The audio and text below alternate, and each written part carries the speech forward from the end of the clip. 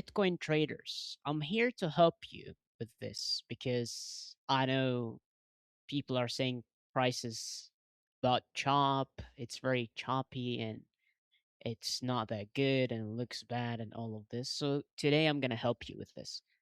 So I'm recording this at very late hours after the CME futures. Okay. So the CME futures opened and everything is fine. I want you guys to observe something that I've said with the people that were with me on Telegram, that this imbalance here is very important. And I'll tell you why in this video why it's very important. So in the previous video, I said that we're ranging and all what you see in front of you is basically inside that candle. Okay. So everything that you see, we've been trading inside February candle for a very long time. So what I want to add on this is something very simple is this. We need to accept inside this imbalance. So if Bitcoin is going to be bullish and we're going to go to 68K and these kind of numbers, 68K, 66K, 70K, all of these kind of numbers, it's very simple. If you want Bitcoin to do this, is basically we hold the bands. So we're retesting the bands as we speak. This line, see this line? We need to hold this these two lines, the bands, we need to retest it, hold it, and then range inside of that imbalance in order to have another leg higher. Okay, if we're bullish, if Bitcoin is gonna go higher, if Bitcoin is just ranging to have another leg higher, a counter trend rally for um before going lower again. That means we need to hold the bands. That means anything that gets to 61.5K should get supported. Okay, so basically, above the bands, the first area you need to watch, that's the first thing. And this line that you see in front of you, this is our major support level, all right? And it should be held. Like we've held it already once, twice, three times. And now we're trying to accept. Look, we tried here, we failed. We tried here, we failed again. We're trying to accept into the imbalance itself.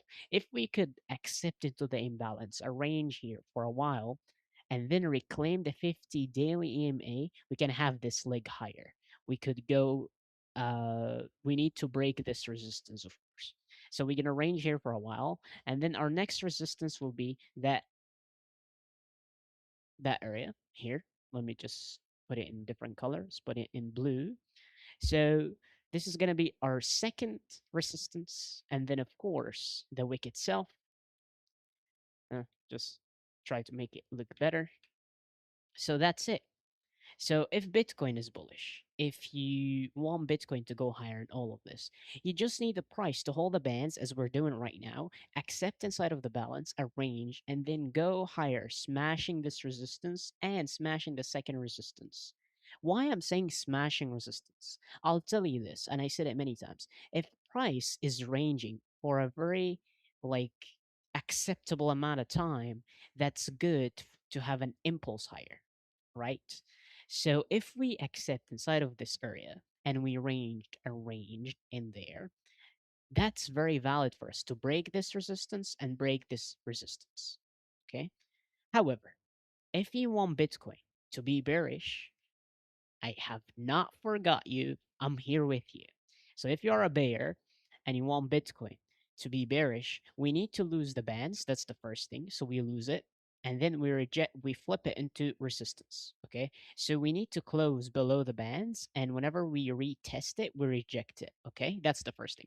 The second thing, we need to lose our support area, which is this 61.5K. I believe this level is very important. Also 60.5K. Okay, so if we lose 60.5K, where's this here? So if we lose 60.5K and we lose 61.5K, that means what? If we lose these two levels and rejected the bands as well, flipped it into resistance, that means we're going to go to a new low for Bitcoin. Okay, these are the two paths for you. Hopefully, like I've laid down the bullish scenario when we accept inside this imbalance wick and go higher, and this is the bearish uh, path if you are a bear. Hopefully, this helped you. And also keep in mind, please keep in mind, people are very fixated to treat this as a trend. But guys, believe me, it's not at all. We're just moving from the range highs into the range lows. That's it. So this is again, let me try to mark it to remind you. February candle, the highs, the lows of the candle, drag it all the way across. We're sitting at the range lows. So this is why it makes a lot of sense for the price to fluctuate between these level. We fluctuated here, we fluctuated here, we're gonna fluctuate here, whatever and whatever. So if we swept to the range lows, we're gonna give a retest to this area. Okay, before going lower. So if you believe that Bitcoin is bearish and Bitcoin is going to go to 50K, nothing goes down in a straight line, buddy. Nothing goes down in a straight line. When we went from 125K to 60K, have we done this? No. We had this lower, bounce, lower, bounce, lower, and we're gonna bounce again. I don't know what's wrong with this. I don't know why people are going against it. I don't know why people cannot understand this very simple premise. But well, whatever. I'm here doing my job. I'm not a bull. I'm not a bear. I'm here to help you with the market. I'm here to analyze the chart for you so you could make the decision for yourself. Okay? That's it. Also, if you're not in my Telegram group, you've missed a very good stream today. We've had a weekly report, as you could see here, weekly exhale. We've had a very good stream for 2 hours analyzing the markets, not only Bitcoin. We analyzed SpaceX, we analyzed MSTR, STRC, we analyzed stocks, commodities, we analyzed everything in that stream, plus the inflation data, the economic data, and Michael Saylor and MSTR structure.